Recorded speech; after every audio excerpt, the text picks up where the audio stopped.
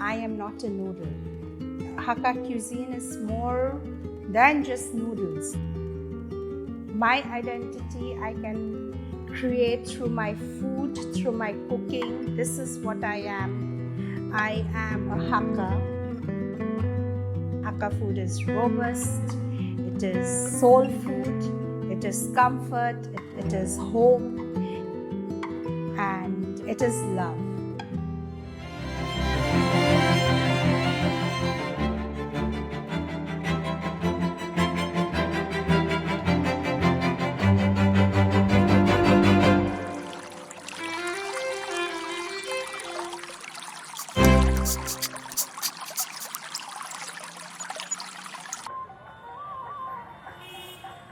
I remember Sunday is the day that that our shoe shop will be shut. Grandfather would be cooking. He'll take the spoon, taste, and just Akung, this is so good. What did you put in it? So I have always been with my grandfather, hanging behind my mother when she's cooking. And my father would go to his friend's house and sometimes he would take us. I remember the fulkas, fresh off the tawa with ghee. I don't know why I remember Indian food more than I remember the food that was cooked at home. I love my rajma chawal and I love my Amritsari fish.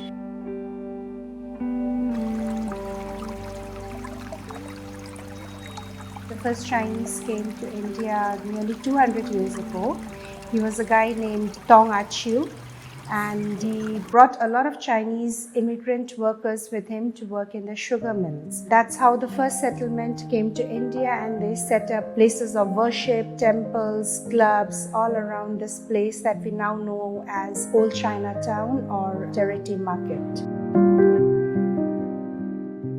Hak means guest, and Ka is family. So Hakka is literal translation is guest family, which signifies that wherever the Hakkas go, they are not meant to stay for long.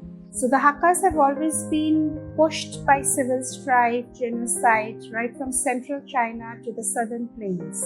And finally they settled in a place called, at least my branch of the Hakkas, they settled in a place called Mizu. And that's where my grandfather is from. Hakkas are a very resilient tribe. At a time when many women in China practiced foot binding. They were binding their feet so that it looks pretty and small. So the Hakka women refused foot binding because they had to work in the fields, they had to fight invaders. They were the first rebellious Chinese women. So Hakkas have always been fighters, rebels, and change makers. My grandfather came to the port of Calcutta. He was taken as an apprentice to Lahore to learn the shoe trade. And post-partition, the India-Pakistan partition, he set up shop in Amritsar. That's where my father, my aunts were all born. That's where I spent my growing up years. We were the only Hakka Chinese family in Amritsar. I have seen them bringing a slice of china to their dinner table. Like they used to make their own tofu. Like my grandfather would soak the soybeans, he would grind it, boil it, extract the tofu milk, the tofu. My uncles were making egg noodles and selling it to restaurants in Amritsar. That's what I would say gave me the push to go into the culinary field. I kind of started post-COVID, during the COVID time. I was cooking from home, kind of running a cloud kitchen. Then I met Mr. Orgo Sen, founder of Gourmet, and he was like, what is this that you're cooking? Every restaurant is cooking the same things, so why don't you cook the food that you have grown up eating, or that your ancestors have been eating? That made me pause and think that, oh yes, that may be something that I should be doing. Tell people that Hakka food is much more about the Hakka noodles and chili chicken.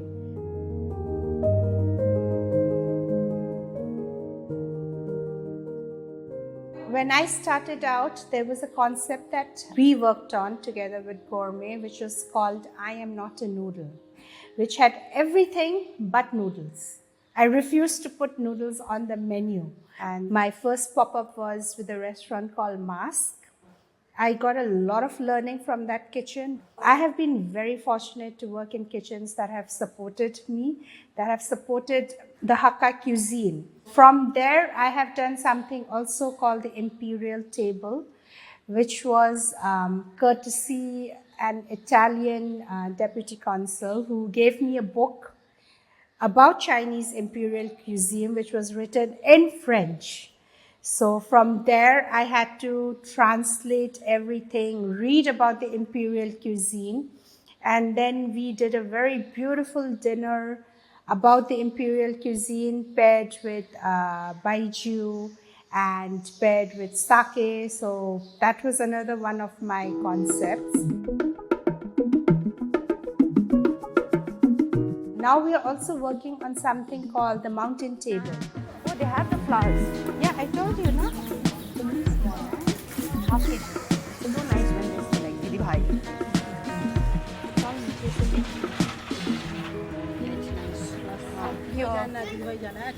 Didi Bhai jane, Didi Bhai jane na. We have been trying to connect the dots of the Eastern Himalayan region. Like the Eastern Himalayan region extends right from Bhutan, Nepal, Tibet, right into parts of China.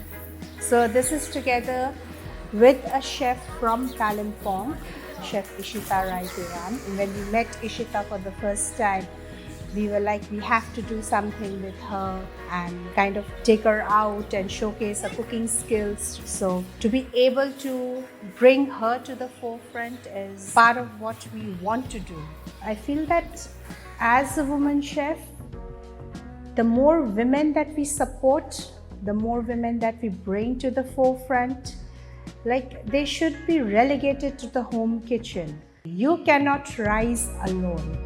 For me, this mountain table is very close to my heart because this is a concept that we have been working on for quite some time. So this is one of the concepts that we have done it in Kurseong, and we'll be doing in Delhi, and we'll be doing in Calcutta. So Hakka food is very non-veg heavy. There is a lot of dried fermented products. When I first started, it was kind of, I still had to struggle to find vegetarian alternatives to a lot of dishes that I make. From that first pop-up at Mask, which was like 50-50% veg, non-veg, to a recent one that I did in a restaurant called Omo in Delhi, which is a very farm-to-table restaurant, vegetarian, healthy. There I had to do a menu that was 100% vegetarian. That kind of pushed the envelope a bit. Now that I'm researching deep into vegetarian food, and sometimes even without mushrooms, like how do I give umami to a dish without mushrooms? I have discovered that I like working with the vegetarian oyster sauce. This is an ingredient that I really like cooking with. Hi Janice. Hi, Katherine. Hi, so I have for me, for me, for me sweet soya sauce. Yeah, I have a and chili bean sauce. I really love this. Thank you so much. Another sauce that I like, which is the Pao Chong ka chili bean paste. What can I say about that sauce? It's like deep. It has a lot of fermented soybeans. It's umami. It's spicy. It's an amazing vehicle for anything. Like you just stir fry chicken, or you stir fry fish, or you stir fry tofu with it. It's amazing.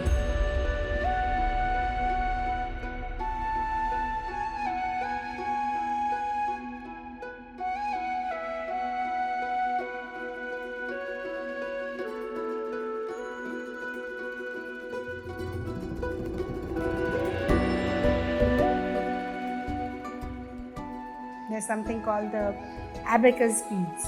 So if you know Abacus, it's for counting. Chinese people use it for counting.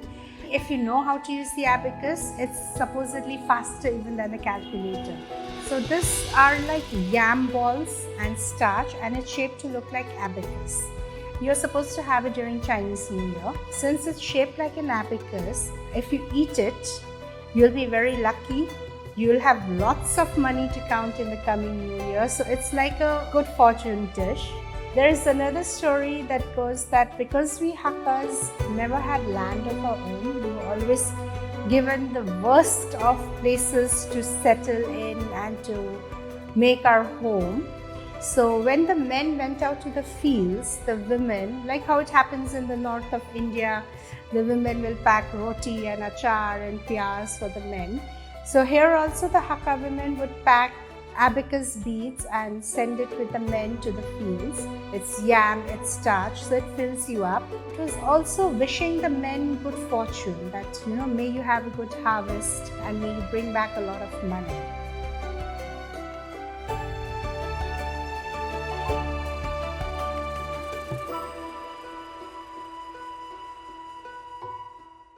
As I'm delving deeper into the whole Chinese history, culture, I feel that there is so much that is left to learn. Yesterday, someone asked me, have you been to China? So I said, no, I've never been to China.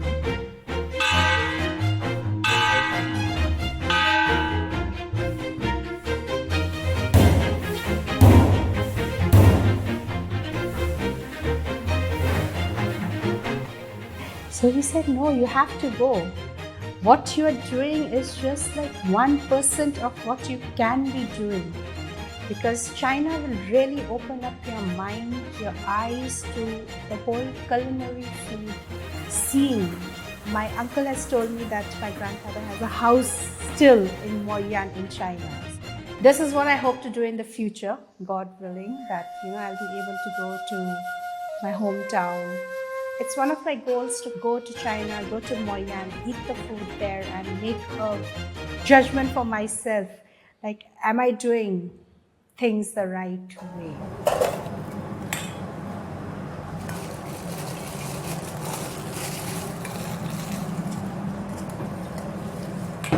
You have the ginger and the garlic. Sorry.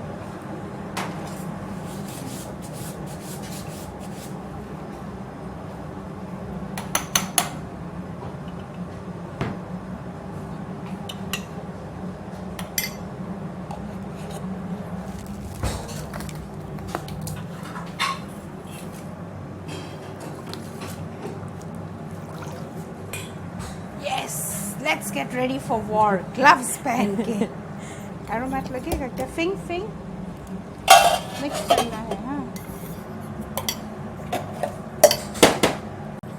With the leftovers that's there.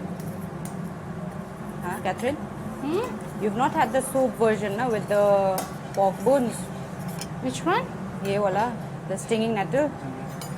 No. So with the pork bone, it's like really very good. Of course, anything with pork is good. Yeah.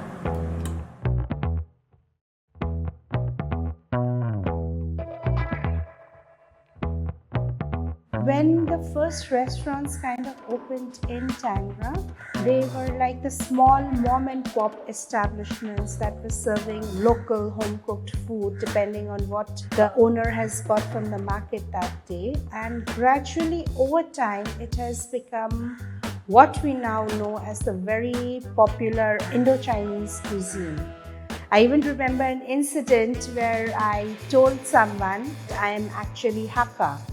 So, and that person replied to me that, yes, of course I know Hakka, it's Hakka noodles.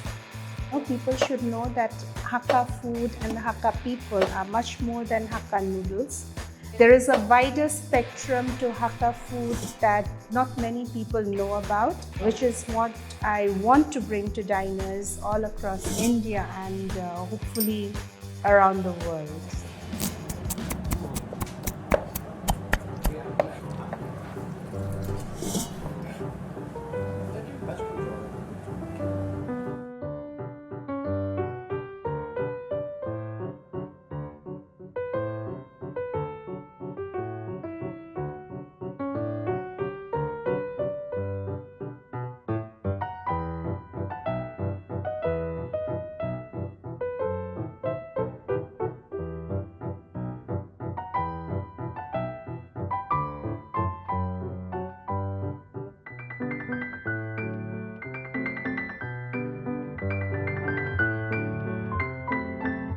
evening, everyone, and a very warm welcome to this special mountain table dinner at the Glenwood Penthouse. Like Orgo was saying, there's no better venue in the country than the Penthouse, and this place is like home. With the mountain table, like Husna was saying, we met Ishita last year in Kalimpong for our chef's retreat, and we were introduced to a lot of ingredients and techniques that I think not many people outside of that region know about. Like if we go to a place like say Sikkim, Darjeeling or Kalimpong, the first thing that comes to our mind is we want to have momos, we want to have thukpa. But this is way beyond that. We wanted to show that, the Eastern Himalayan cuisine, which extends from Nepal, Bhutan, Kalimpong, Darjeeling, Sikkim, and then it goes into Tibet and a region in China called Yunnan. So we are just connecting the dots through the shared ingredients and the cooking techniques.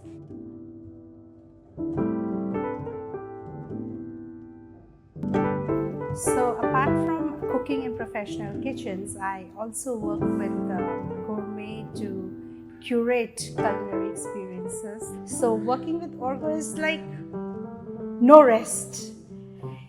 It's not about physical cooking. It's like you have to keep your brain working and you have to keep on thinking, okay, how can I do this?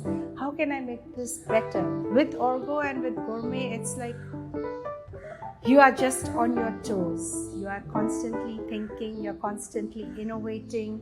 You have to be the best that you can be and you have to give your best. There is like no half-hearted thing. You have to do it well, otherwise don't do it.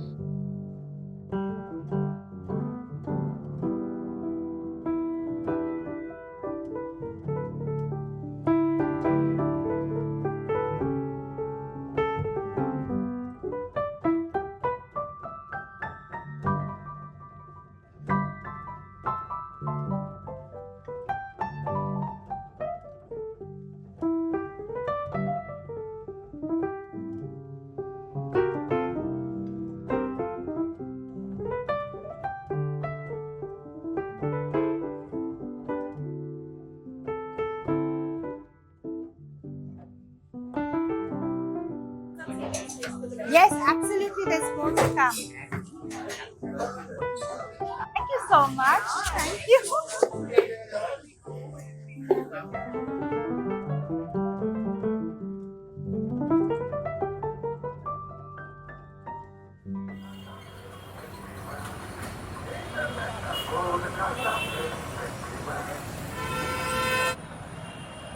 When I was growing up, I was a bit confused.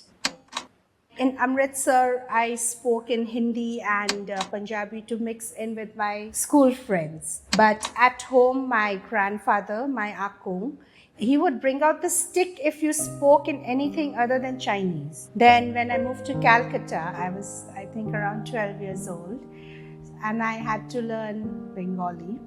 I realized that the Chinese that we spoke wasn't very pure. There was always a hint of accent, the Punjabi accent, and that led to a lot of people making fun. Hey, what are you saying? We can't understand. This is not Hakka's Chinese that you're speaking. And there was a point when I was confusing Hindi, English, Bengali, Punjabi. Everything was jumbled to a point that I didn't know who I was, what I was. Fortunately, I think towards the past few years, I have finally found that my identity I can create through my food, through my cooking. This is what I am. I am a Hakka. For me, my love language is food. If I want to show love to someone, I cook. Hakka food is robust, it is soul food, it is comfort, it is home, and it is love. There's a book by a Hakka author called Linda Anusasan. It's called the Hakka Cookbook, in which she kind of traces the whole migration pattern. So the Hakkas are very often likened to dandelions. It's a very hardy flower and it blows in the wind. So the allegory is that dandelions, they can grow anywhere. They are scattered, they can be scattered, and they can land anywhere. They can land in the harshest of soils and they can grow and they can flourish. They take root, they grow, and then they can again spread more. So that signifies the Hakka resilience. The thing is that Hakkas, wherever they go, they will plant their roots and they will not only survive but they'll flourish. They leave their mark. Example in point is obviously Calcutta, India, as you see. Hakkas, the Chinese Hakkas have left an imprint. Testimony, it's a very strong testimony to the resilience of Hakkas, to what they can do and what they are capable of. They are capable of surviving in the harshest conditions, and they are capable of thriving, and they are capable of making a success out of wherever they are and leaving a mark.